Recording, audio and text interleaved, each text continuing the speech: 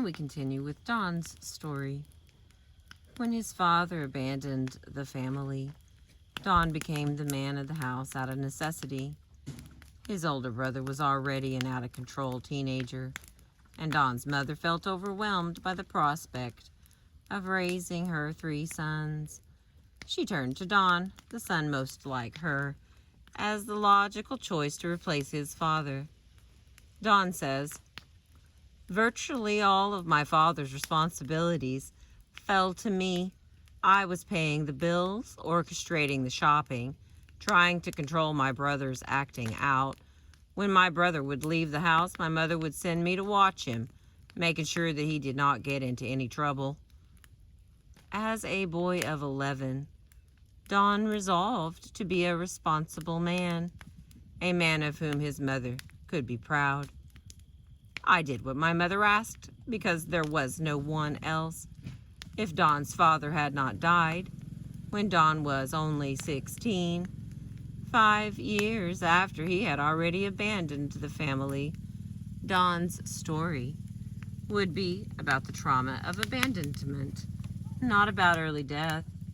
But for Don, abandonment and death became permanently entwined and came to mean loss without the chance of reunion.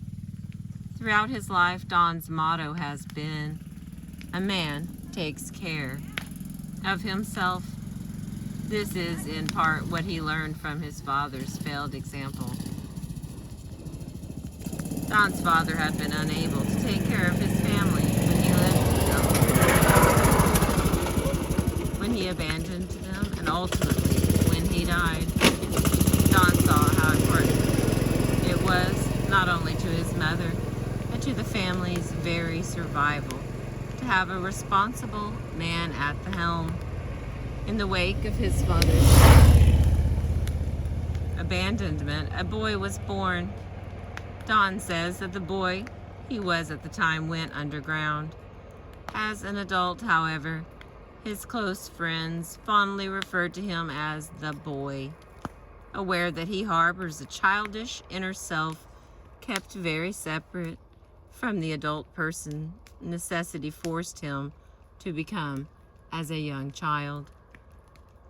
Don's father's example serves as a reminder of how a man should not behave, and whether Don feels himself slipping into being irresponsible, lazy, or doing less than he might be able to do on the job, he gives himself a pep talk, boosts himself up, and pushes himself back into the world.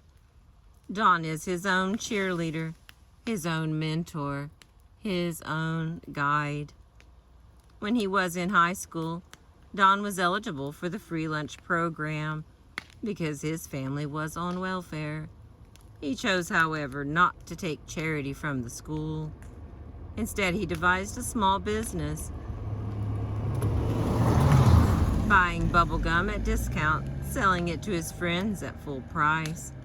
His little business, which became the first of many entrepreneurial ventures, allowed Don to pay for his own lunch and to nurture his sense of being a responsible, self-supporting man.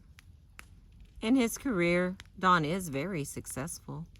He manages a large corporate division, supervises hundreds of employees.